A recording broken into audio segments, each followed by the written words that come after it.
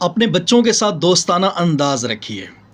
ہمارے معاشرے کے اندر ایسا ہوتا ہے کہ باپ اپنے آپ کو ایک سخت گیر باپ ثابت کرتا ہے،